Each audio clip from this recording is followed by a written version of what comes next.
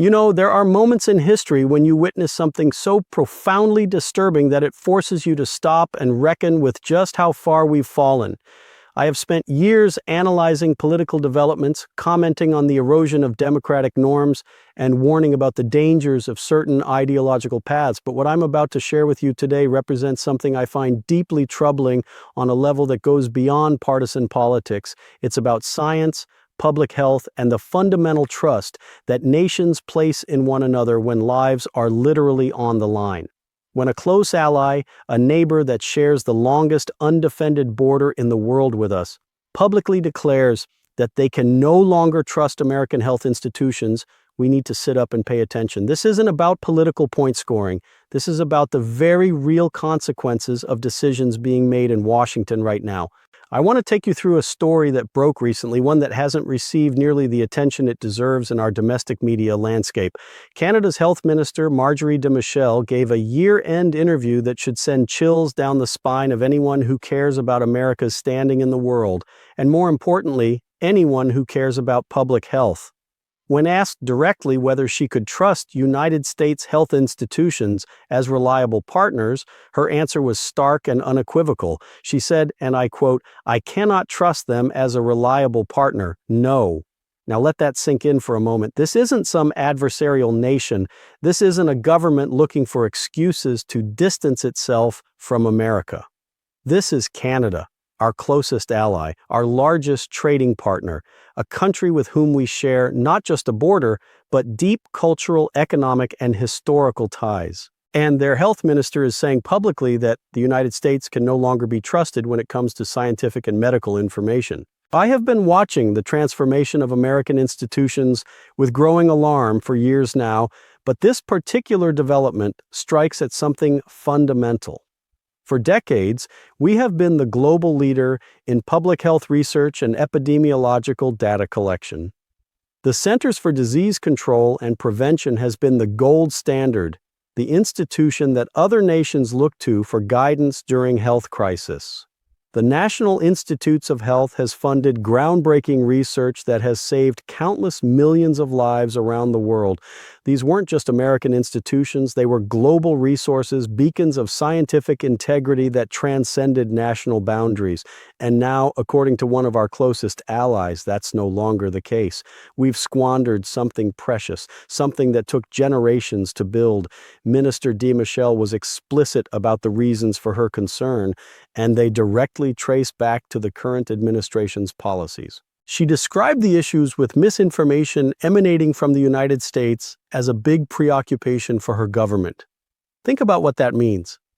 The Canadian government isn't just politely disagreeing with some policy positions. They're saying that the information coming out of American health agencies can no longer be considered reliable.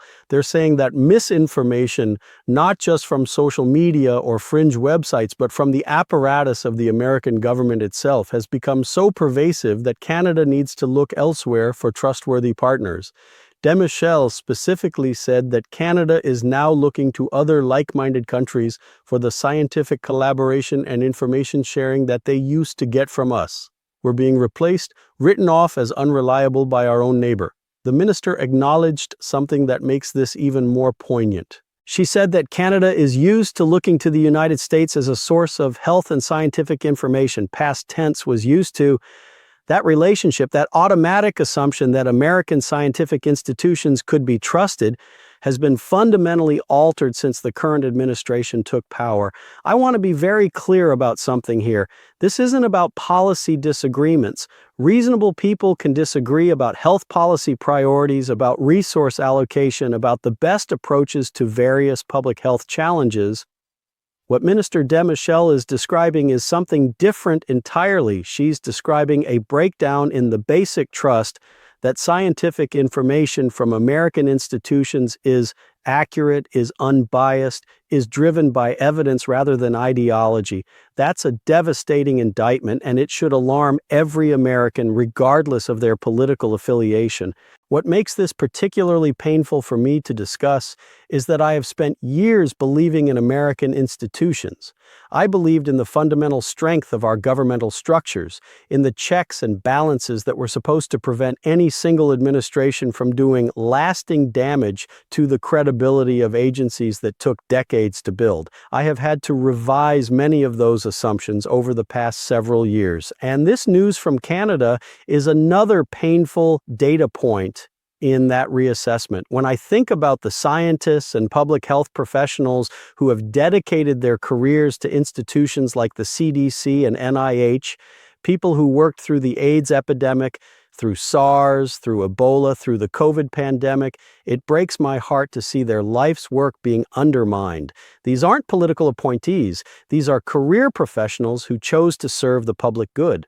And they're watching helplessly as the institutions they love are being hollowed out and discredited on the international stage. I want to walk you through the specific actions that have brought us to this point because I think it's important to understand that Minister Demichel's assessment didn't come from nowhere. This is the direct result of deliberate policy choices made by the current administration, choices that prioritize ideological goals over scientific integrity. The administration has slashed the budgets of both the Centers for Disease Control and Prevention and the National Institutes of Health. These aren't minor trims around the edges. These are significant cuts to agencies whose core function is to collect and analyze public health data. When you cut the budget of the CDC, you're not just reducing bureaucratic overhead. You're reducing its capacity to track disease outbreaks, to conduct epidemiological research, to maintain the surveillance systems that serve as an early warning network for emerging health threats. You're blinding the nation and indeed the world to dangers that could otherwise be detected and addressed early. The NIH cuts are equally concerning, perhaps even more so when you consider the long-term implications. The National Institutes of Health funds the basic research that leads to medical breakthroughs, often decades down the line. When you cut NIH funding, you're not just affecting this year's research projects. You're affecting the pipeline of scientific discovery that will determine what treatments and cures are available 20 or 30 years from now. You're telling the brightest young scientists that America is no longer a place where their work will be supported and valued. You're driving talent and expertise to other countries that are more than happy to welcome researchers who can no longer find funding here. This is a self-inflicted wound that will take years, perhaps decades, to fully appreciate and even longer to heal. But the budget cuts, as damaging as they are, aren't even the most alarming part of what's happening. What really concerns me, and what I suspect is a major factor in Minister Demichel's assessment, is what's happening with vaccine policy. Robert F. Kennedy Jr., a man who has spent years promoting anti-vaccine conspiracy theories, is now in a position of significant influence over American health policy. An advisory panel chosen by Kennedy has recently recommended ending routine hepatitis B vaccines for newborns. Let me say that again because I want to make sure you understand the gravity of what I'm telling you. An official advisory panel is recommending that we stop protecting newborn babies from a potentially deadly and chronic disease. Hepatitis B can cause liver cancer, liver cirrhosis, and death. The vaccine has been part of the standard childhood immunization schedule for decades precisely because it's safe, effective, and prevents enormous suffering. And it doesn't stop there. This advisory panel is reportedly considering changes to the rest of the childhood vaccine schedule. We're talking about vaccines that have eliminated or dramatically reduced diseases that used to kill and disable children by the thousands. Measles, mumps, rubella, diphtheria, pertussis, polio. These aren't abstract medical terms. These are diseases that our grandparents and great-grandparents lived in fear of. Diseases that filled hospitals with sick children, diseases that left survivors blind, deaf, paralyzed, or brain damaged. The vaccines that prevent these diseases represent one of the greatest public health achievements in human history. And now their continued use is being questioned by people whose views are not grounded in scientific evidence. This is what happens when you put ideology ahead of expertise, when you staff government positions based on loyalty rather than competence. I want to address something directly, because I know some viewers might be thinking it. Some might say that this is simply a matter of different perspectives on vaccine policy. that reasonable people can disagree about these things. But here's the thing. We're not talking about reasonable disagreement based on evidence. The scientific consensus on childhood vaccines is overwhelming. The studies have been done, replicated, and confirmed across multiple countries and decades of research. Vaccines are safe. Vaccines are effective. The diseases they prevent are far more dangerous than any side effects from the vaccines themselves. When an advisory panel starts recommending changes to the vaccine schedule that aren't based on new scientific evidence, but rather on the ideological preferences of political appointees, that's not a difference of opinion. That's the corruption of the scientific process for political ends. And that's exactly why Canada's health minister says she can no longer trust American health institutions. The timing of this Canadian statement is particularly significant when you consider what's happening in Canada right now. Canada is dealing with its own measles outbreak after losing its measles-free status. Think about that for a moment. A country that had successfully eliminated measles through decades of vaccination efforts is now seeing the disease return. This isn't ancient history. This is happening right now in real time in a developed nation with a modern healthcare system. And it's happening because vaccination rates have declined, because misinformation about vaccine safety has eroded public trust. Because the same anti-vaccine movement that now has a foothold in the American government has been spreading its message across borders. Canada is watching what's happening in the United States and recognizing that American health policy is now part of the problem rather than part of the solution. What strikes me about Minister DeMichelle's comments is how measured they are, how careful she is being, even while delivering what is essentially a devastating critique of American health institutions. She's not being inflammatory or hyperbolic. She's simply stating a fact that Canada can no longer rely on the United States for trustworthy health information and collaboration. She's saying that Canada needs to find other partners, other countries that share its commitment to evidence-based public health policy. This is Canada building redundancy into their public health infrastructure because they've concluded that America is no longer a reliable node in the network. When your closest ally starts making contingency plans because they can't count on you anymore, that should be a wake-up call. It should force some serious self-reflection about what we've allowed to happen to our institutions. I have spent a lot of time thinking about how we got here, about the chain of decisions and developments that led to a Canadian health minister publicly declaring that American health institutions can no longer be trusted. This didn't happen overnight. It didn't happen because of one bad policy decision or one controversial appointment. It happened because of a systematic erosion of the norms and values that once made American scientific institutions the envy of the world. It happened because a significant portion of our political establishment decided that scientific expertise was something to be mistrusted rather than valued, that public health officials were somehow the enemy rather than dedicated professionals trying to protect us from disease and death. It happened because we allowed conspiracy theories to move from the fringes of the internet into the halls of power. The anti-vaccine movement has been around for decades, but for most of that time it was marginalized, correctly recognized as being out of step with scientific evidence and dangerous to public health. Parents who chose not to vaccinate their children were the exception, not the rule, and they faced social and sometimes legal consequences for their decisions. The medical establishment pushed back against anti-vaccine claims, and mainstream politicians of both parties supported vaccination as a matter of public health common sense. But something changed over the past decade or so. The anti-vaccine movement found new energy, new platforms, and eventually new political patrons. Social media algorithms amplified misinformation because it generated engagement. Political entrepreneurs recognized that anti-vaccine sentiment could be harvested for political support, and gradually what had been a fringe position began to move toward the mainstream of one of our major political parties.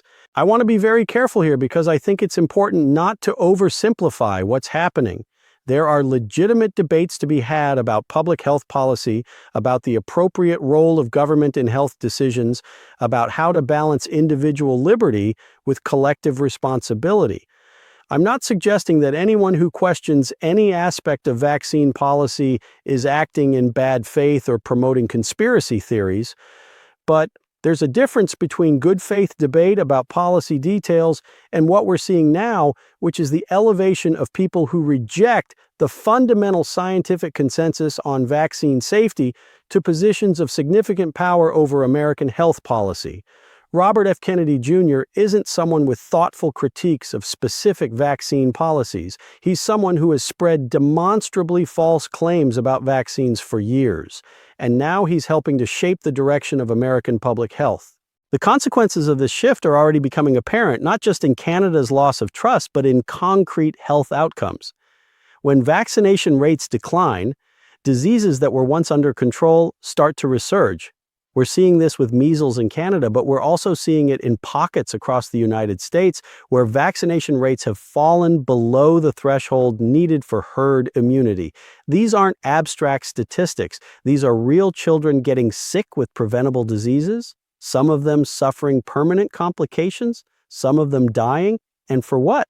So that politicians can score points with a constituency that has been fed misinformation, so that conspiracy theorists can feel validated. The human cost of this ideological project is being paid by the most vulnerable members of our society, by infants too young to be vaccinated, by immunocompromised individuals who can't be vaccinated, by children whose parents made decisions based on false information. What particularly frustrates me about this situation is how unnecessary it all is. We know how to run effective public health systems. We know how to maintain high vaccination rates while still respecting individual concerns and providing good information to parents. We've done it for decades. The United States once led the world in this area, developing vaccines, demonstrating their effectiveness, and building the public health infrastructure to deliver them to those who needed them. Other countries look to us for guidance, for data, for collaboration, and we've thrown that away, not because of new scientific discoveries or legitimate policy debates, but because of politics, because certain political figures found it advantageous to align themselves with anti-vaccine sentiment, because expertise became something to attack rather than respect, because too many people decided that scientific consensus was just another opinion to be weighed against whatever they read on social media. I keep coming back to Minister Demichelle's words because they capture something important about what's been lost. She said that Canada is used to looking to the United States as a source of health and scientific information, past tense. They used to trust us. They don't anymore. And she's not wrong to feel that way given what's happened.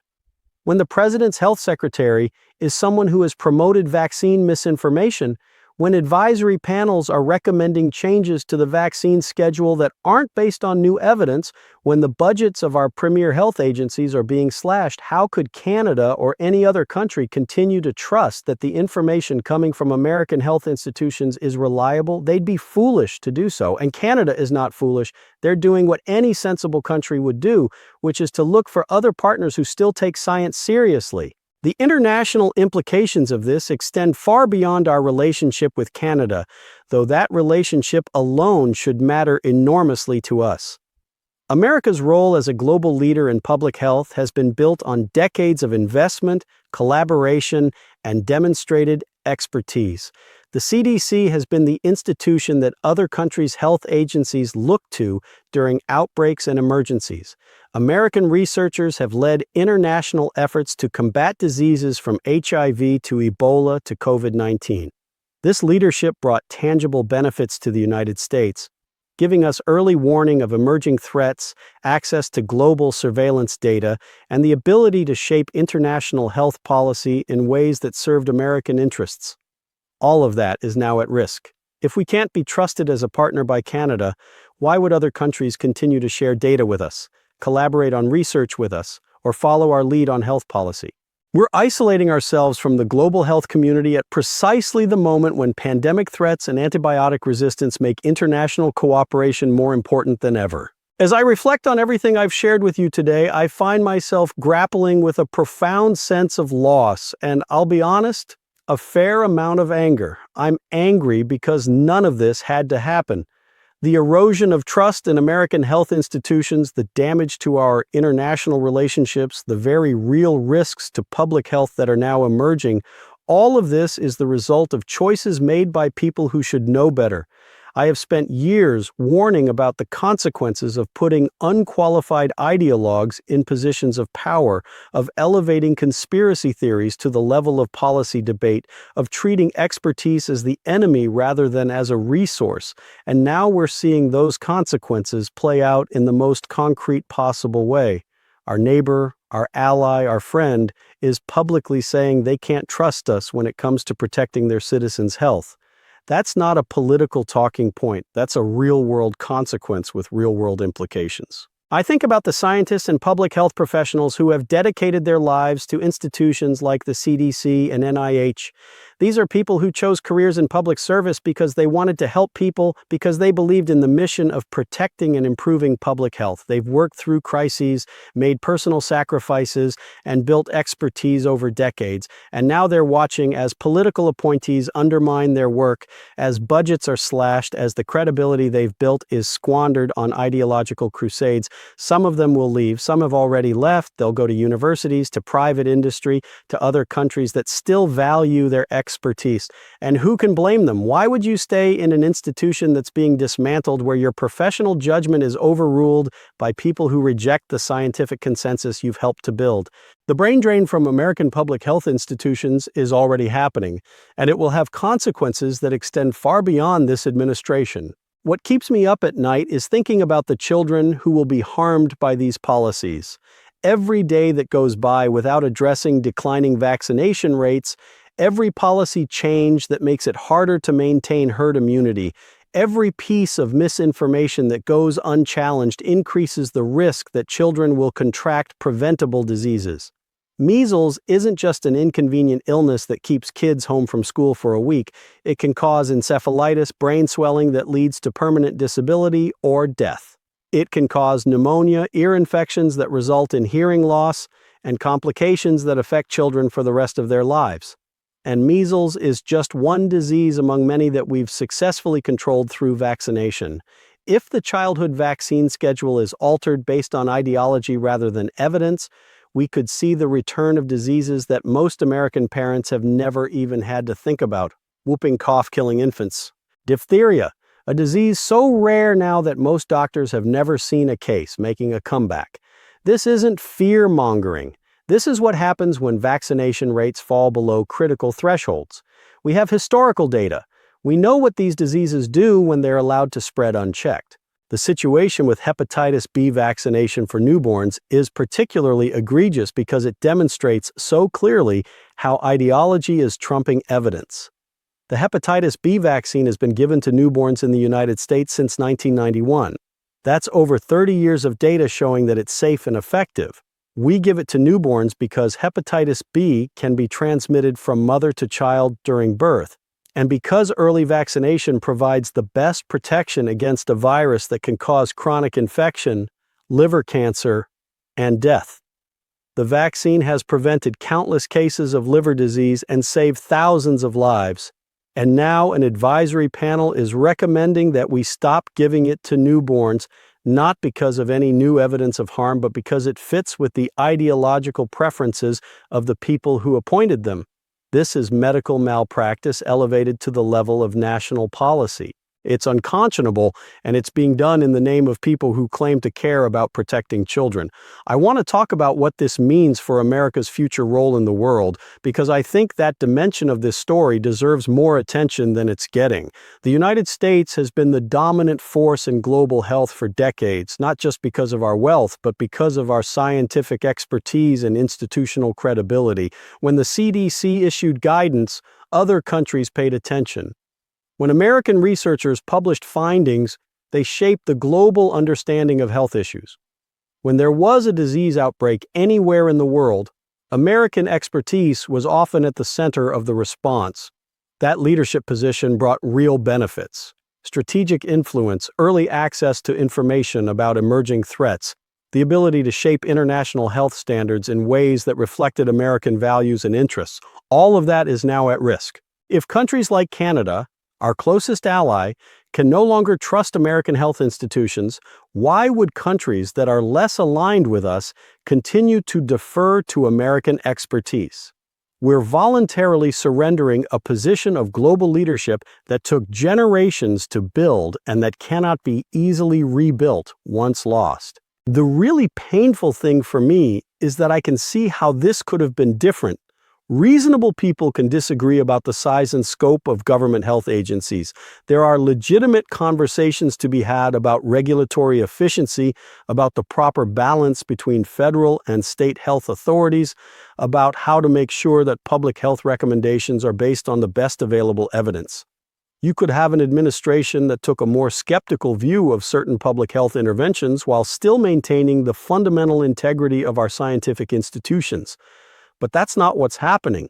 What's happening is the deliberate installation of people who reject scientific consensus into positions where they can shape policy, the slashing of budgets in ways that will degrade institutional capacity for years to come, and the elevation of conspiracy theories to the level of official government consideration. This isn't a policy disagreement. It's an assault on the very idea that scientific evidence should guide health policy. I have been asked by many people what can be done about this situation, and I wish I had an easy answer to give you. The truth is that the damage already done will take years to repair, assuming there's the political will to repair it at all. Scientists who have left public service won't automatically come back. International trust that's been squandered won't be instantly restored. Children who contract preventable diseases in the meantime will carry those consequences with them for the rest of their lives. What I can say is that awareness matters, that speaking up matters, that refusing to normalize what's happening matters.